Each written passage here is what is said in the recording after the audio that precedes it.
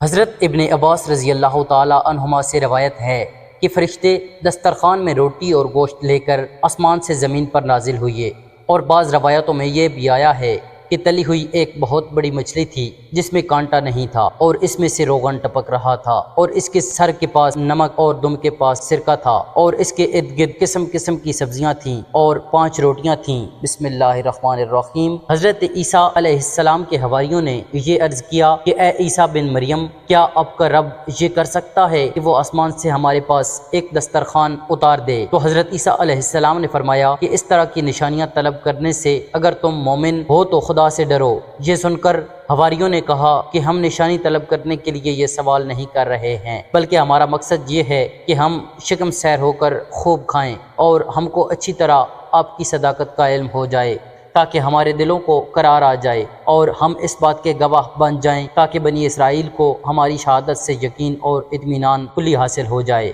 اور مومنین کا یقین اور بڑھ جائے اور کفار ایمان لائیں۔ حواریوں کی اس درخواست پر حضرت عیسیٰ علیہ السلام نے بارگاہ خداوندی میں اس طرح دعا مانگی۔ ترجمہ کنز الایمان۔ اے ہمارے رب، ہم پر آسمان سے ایک خوان اتار کہ وہ ہمارے لیے عید ہو، ہمارے اگلے پچھلوں کی تیری طرف سے نشانی، اور ہمیں رزق دے، اور تو سب سے بہتر روزی دینے والا ہے۔ حضرت عیسیٰ علیہ السلام کی دعا پر اللہ تعالیٰ نے فرمایا کہ دسترخوان تو اتار دوں گا، لیکن اس کے بعد بنی اسرائیل میں سے جو کفر کرے گا میں اس کو ایسا عذاب دوں گا کہ تمام جہان والوں میں سے کسی کو ایسا عذاب نہیں دوں گا۔ چنانچہ اللہ کے حکم سے چند فرشتے ایک دسترخوان لے کر آسمان سے اترے جس میں 7 مچھلیاں اور 7 روٹیاں تھیں۔ حضرت ابن عباس رضی اللہ تعالی عنہما سے روایت ہے کہ فرشتے دسترخوان میں روٹی اور گوشت لے کر آسمان سے زمین پر نازل ہوئے، اور بعض روایتوں میں یہ بھی آیا ہے کہ تلی ہوئی ایک بہت بڑی مچھلی تھی جس میں کانٹا نہیں تھا، اور اس میں سے روغن ٹپک رہا تھا، اور اس کے سر کے پاس نمک اور دم کے پاس سرکہ تھا، اور اس کے ارد گرد قسم قسم کی سبزیاں تھیں اور 5 روٹیاں تھیں۔ ایک روٹی کے اوپر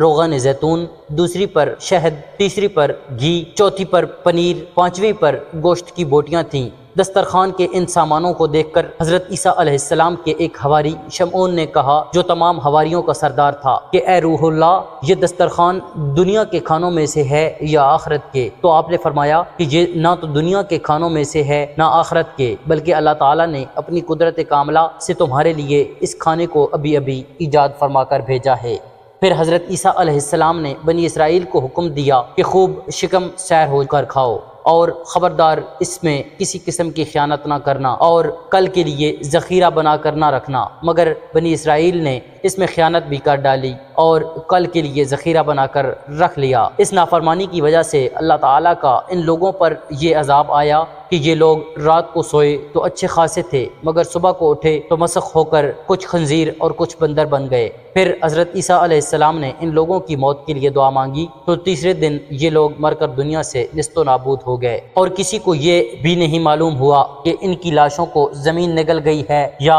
اللہ نے ان کو کیا کر دیا۔ اللہ تعالیٰ نے اس عجیب اور عظیم الشان واقعہ کا تذکرہ قرآن مجید کی سورۃ مائدہ میں فرمایا ہے، اور اسی واقعہ کی وجہ سے اس سورہ کا نام مائدہ رکھا گیا ہے۔ مائدہ دسترخوان کو کہتے ہیں۔ ترجمہ کنز الایمان۔ عیسیٰ بن مریم نے عرض کی کہ اے اللہ، اے ہمارے رب، ہم پر آسمان سے ایک خوان اتار کہ وہ ہمارے لیے عید ہو، ہمارے اگلے پچھلوں کی اور تیری طرف سے نشانی، اور ہمیں رزق دے، اور تو سب سے بہتر روزی دینے والا ہے۔ اللہ نے فرمایا کہ میں اسے تم پر اتارتا ہوں، پھر اب جو تم میں کفر کرے گا تو بے شک میں اسے وہ عذاب دوں گا کہ سارے جہان میں کسی پر نہ کروں گا۔ واقعہ مذکورہ سے بہت سی عبرتیں اور نصیحتیں ملتی ہیں، جن میں سے یہ 2 سبق تو بہت ہی واضح ہیں۔ حضرت انبیاء علیہ السلام کی مخالفت اور نافرمانی کتنا خوف جرم عظیم ہے۔ دیکھ لو کہ بنی اسرائیل نے جب اپنے نبی علیہ السلام کے مخالفت و نافرمانی کرتے ہوئے آسمانی دسترخوان میں خیانت کی اور کل کے لیے ذخیرہ بنا کر رکھ لیا، تو عذاب الہی نے ان کو خنزیر بندر بنا کر دنیا سے اس طرح نیست و نابود کر دیا کہ ان کی قبروں کا نشان بھی باقی نہ رہا۔ جو لوگ اللہ اور رسول کی امانتوں میں خیانت کرتے ہیں، انہیں اس ہولناک عذاب سے عبرت حاصل کر لینی چاہیے اور توبہ کر لینی چاہیے۔ واللہ تعالی عالم۔ نمبر 2، حضرت عیسیٰ علیہ السلام کی دعا میں یہ جملہ کہ کہ جس دن دسترخوان نازل ہوگا وہ دن ہمارے اگلوں اور پچھلوں کے لیے عید کا دن ہوگا۔ اس سے یہ سبق ملتا ہے کہ جس دن قدرت خداوندی کا کوئی خاص نشان ظاہر ہو اس دن خوشی منانا اور مسرت و شادمانی کا اظہار کر کے عید منانا یہ حضرت عیسیٰ علیہ السلام کی مقدس سنت ہے۔ حضور انور صلی اللہ تعالیٰ علیہ وآلہ وسلم کی ولادت باسعادت کی رات اور اس کا دن یقیناً خداوند قدوس کے ایک نشان اعظم کے ظہور کی رات اور دن ہے، لہٰذا میلاد النبی صلی اللہ علیہ وآلہ وسلم کی خوشی منانا اور اس تاریخ کو عید میلاد کہنا یقیناً قرآن مجید کی تعلیم کے عین مطابق ہے۔ خوشی منانا، گھروں اور محفلوں کی آرائش کرنا، اچھے اچھے پکوان پکا کر خود بھی کھانا اور دوسروں کو بھی کھلانا، یہی سب عید کی نشانیاں ہیں اور عید منانے کے طریقے ہیں جن پر 12ویں شریف کو اہل سنت والجماعت عمل کر کے عید میلاد کی خوشی مناتے ہیں، اور جو لوگ اس سے چڑھتے ہیں اور اس تاریخ کو اپنے گھر اندھیرا رکھتے ہیں، جھاڑو بھی نہیں لگاتے اور میلے کچالے کپڑے پہن کر منہ لٹکائے پھرتے ہیں اور عید میلاد کی خوشی منانے والوں کو بدعتی کہہ کر پھبتیاں کستے ہیں، انہیں ان کے حال پر چھوڑ دینا چاہیے اور اہل سنت کو چاہیے کہ خوب خوشی منائیں اور کثرت سے میلاد شریف کی مجلس منعقد کریں اور خوب جھوم جھوم کر صلاۃ و سلام پڑھیں۔ دوستو، آپ کو یہ آج کی ویڈیو اچھی لگی ہو تو ہمارے چینل کو سبسکرائب کریں اور ویڈیو کو لائک کریں۔ شکریہ۔